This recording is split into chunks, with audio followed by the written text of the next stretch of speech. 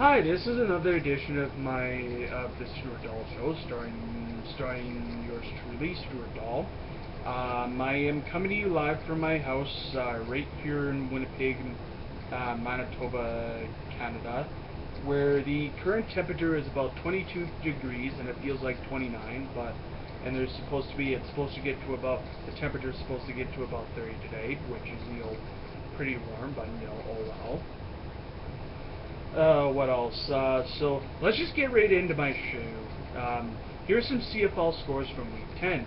On Thursday, the Montreal Alouettes beat the Hamilton Tiger Cats 26-23, and the Edmonton Eskimos beat the Toronto Argonauts Friday night 38-15, and the Calgary Stampeders beat the Winnipeg Blue Bombers last night 36-8.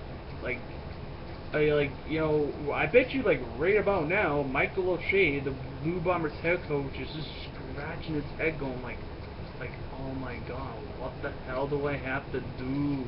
And the thing is, I think, this is just my honest opinion, I think Robert Marv could not get into his, it seemed like, he couldn't get into his groove, so, and part of the reason is that the O-line was not protecting him, well enough, because the Bombers O-line couldn't protect Robert Marv very well, because the Stampeders defense was giving Robert Marv pressure all night long, and that didn't result in, I think, 3 sacks, maybe more. I honestly don't know. And that, but really, in this coming week at practice for the Winnipeg Blue, they really need, the Winnipeg Blue Bombers really need to get their shit together. Otherwise,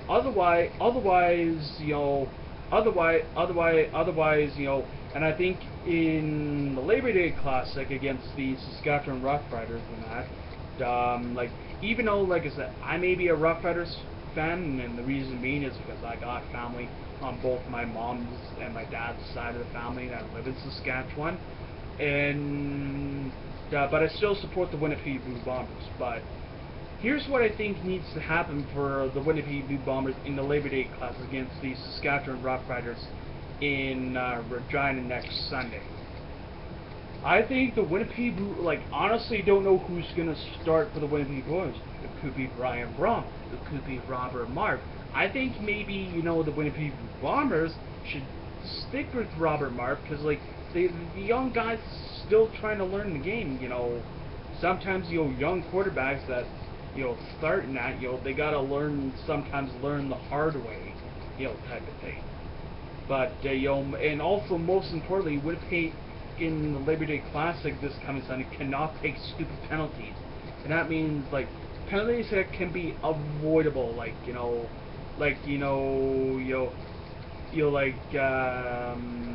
pass interference, and penalties in relation to the 5-yard thing for DBs, basically the rule is the DB, the first 5 yards can jam the receiver, give the receiver a shot or whatever, but after 5 yards, the defensive backs have to let the receivers go. Otherwise, the ref's gonna call that all night long.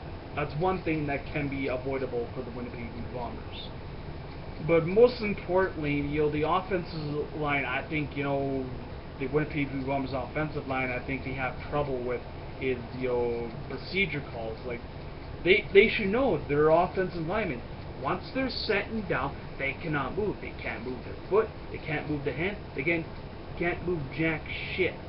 Otherwise they're gonna get called for procedure all night long, and that's a 5-yard penalty. If that keeps on going on, that's just gonna add up for the Winnipeg Bombers. They're gonna get further back and further back and further back, and then eventually they're gonna be out of field goal range and that. So, like I said, my honest opinion, I think the Winnipeg Blue Bombers, even though I may not be a Winnipeg Blue Bombers fan, I'm a Roughriders fan, but I still support Winnipeg.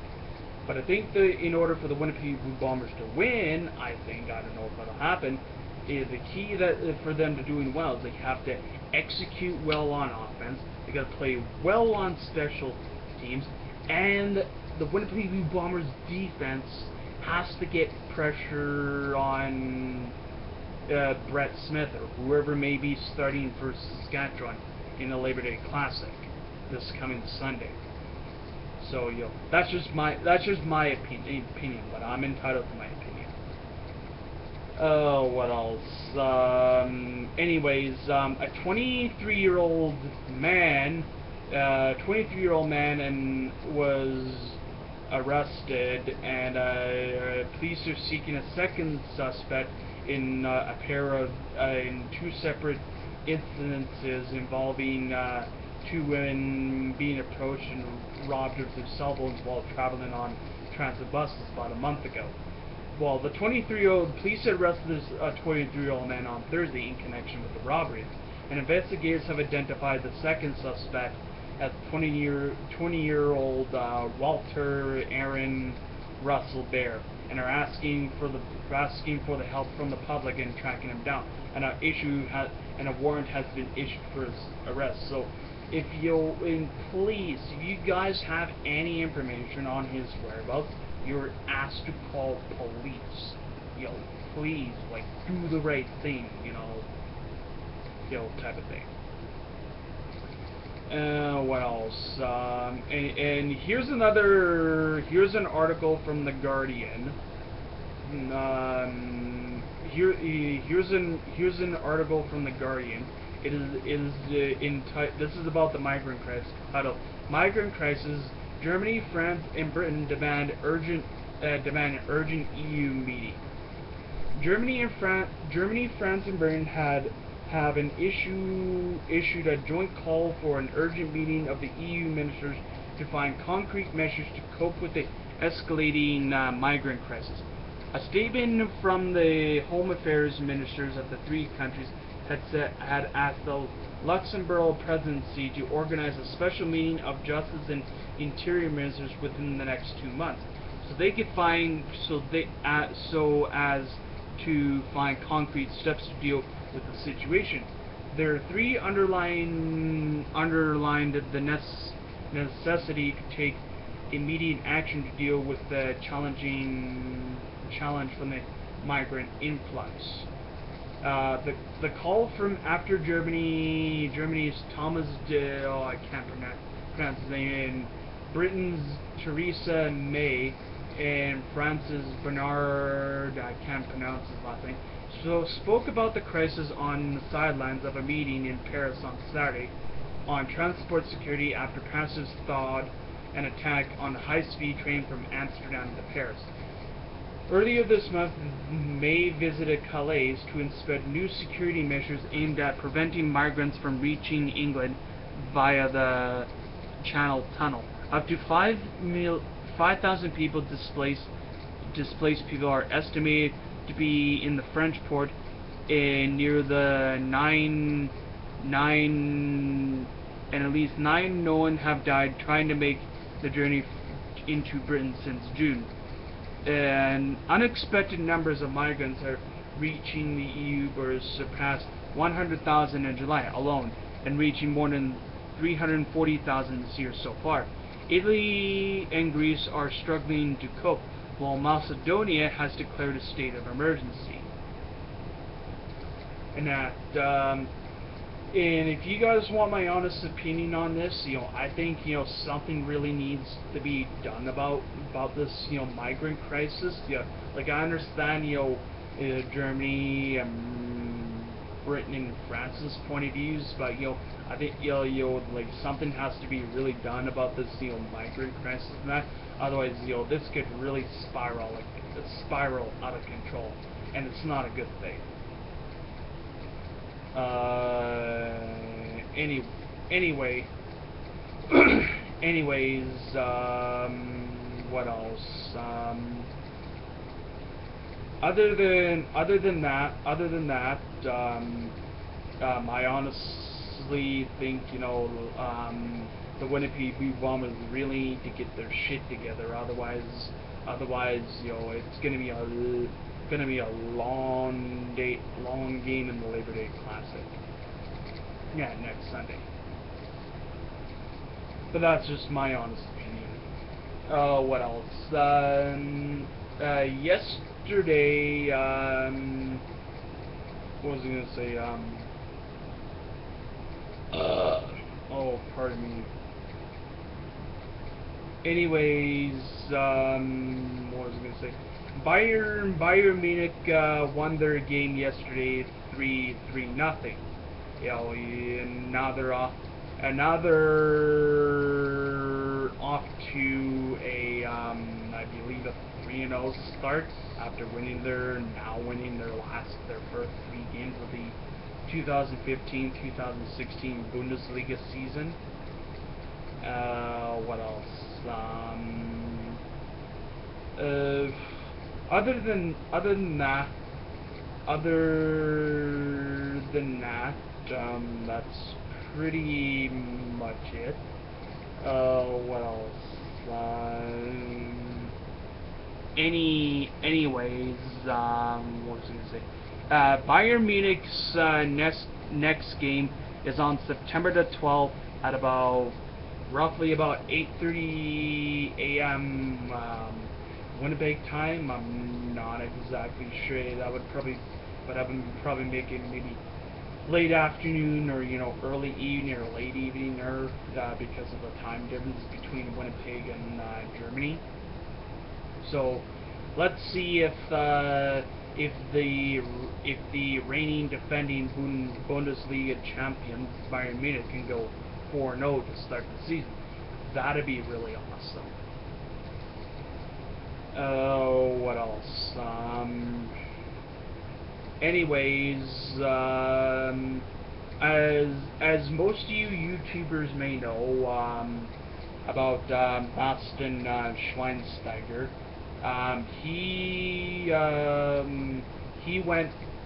Bastian Schweinsteiger has played with Bayern Munich for pretty much his entire career, and now Bastian Schweinsteiger thought, I understand the guy's point of view. Like, he's 31, he needed, a change, in his career maybe. That's understandable because, he is 31. So, now, Bastian Schweinsteiger is now playing with Manchester United of the English Premier League. And that, it's a good thing. This is a good thing for Bastian Schweinsteiger because, like I said, I don't think there's like many people his age and that. And sooner or later, there's gonna come a day where Bastian Schweinsteiger is gonna retire eventually, and that because he is getting up there in age. Anyways, so yeah. What else? I'm sorry and I apologize to you, YouTube people that may have, or that are on YouTube. I apologize for not making not making as many videos, and that lately. It's just, I've been really busy with work and that, and I'm going to be starting back to all my sports pretty soon. Like, I'm going to be starting back to bowling in another, I think, maybe about a week or two. I start back to bowling on September 12th with my bowling team, the Uptown Rollers, and then I start back to swimming with my swim team, the North End Seals, and then after that I start back to curling with my curling team, Rock Solid, and that. And then I start back to, helping out with the football team at my old high school, and then after football's done, then I go back to, coaching with the wrestling team at my old high school, which I became the first ever Special Olympic Division provincial champion in the history of the Manitoba Amateur Wrestling Association. And nobody can take that away from me because I became the first ever champion in that division. And it wasn't a set weight class. There was, some small guys, some big guys, like, it wasn't a set weight class, but like I was wrestling in that division, and then I was also wrestling at 100 kilograms. But when it came to provincials, I had to choose wrestle at 100 kilograms, or wrestle in the special O division. I wrestled in the special O division. And literally, that year in 2000, I believe it was in March of 2010, all I literally had to do was literally beat two guys. But the thing was, with my two wrestling matches, like I would wrestle one, and then it was like a really long break for me, and then and that was the year that we had that in Winnipeg, that we had that bloody freak snowstorm that year.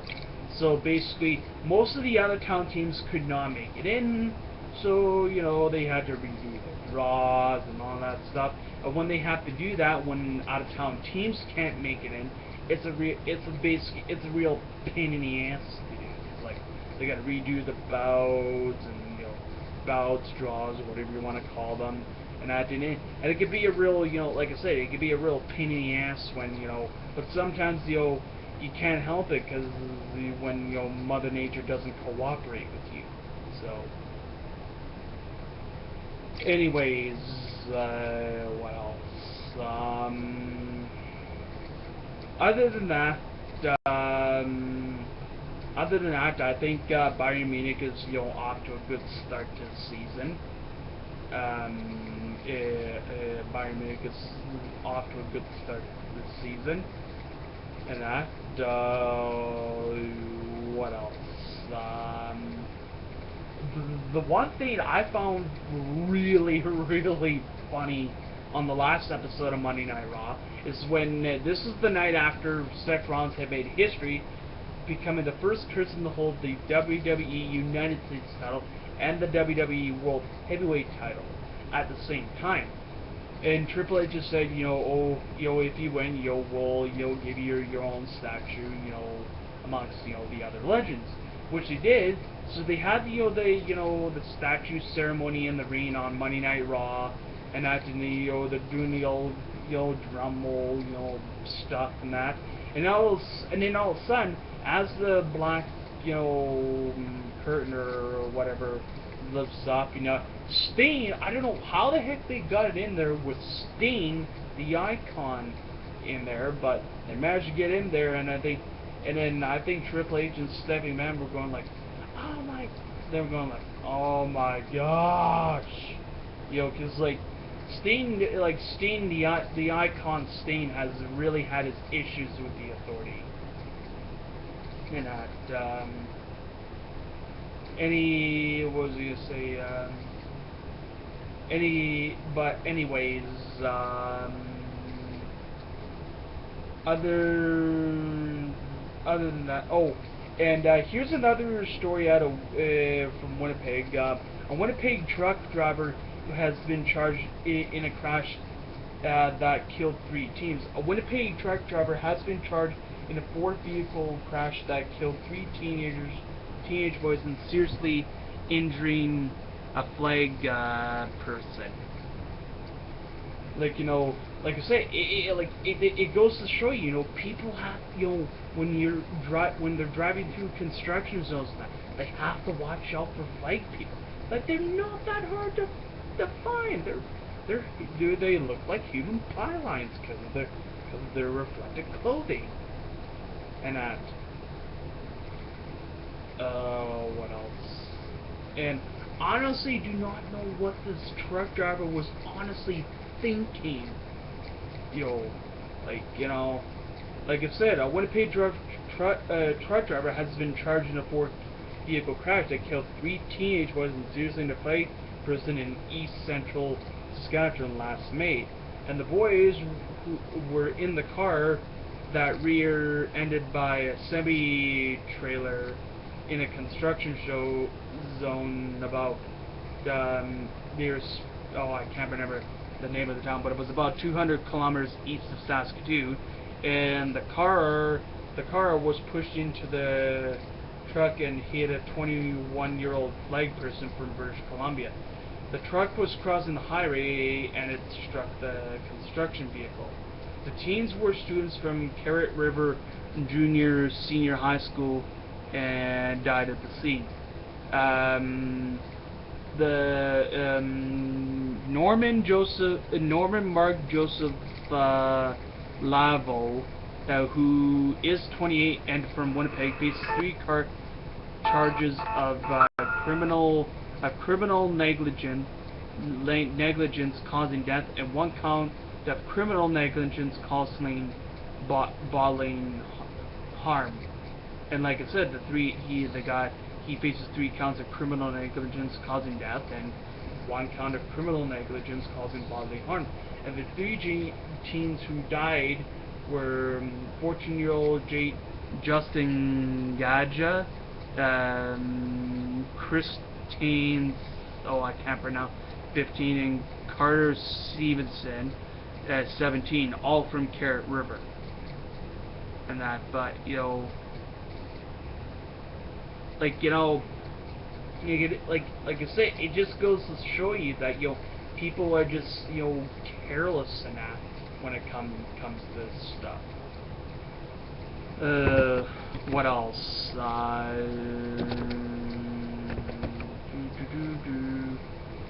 Was the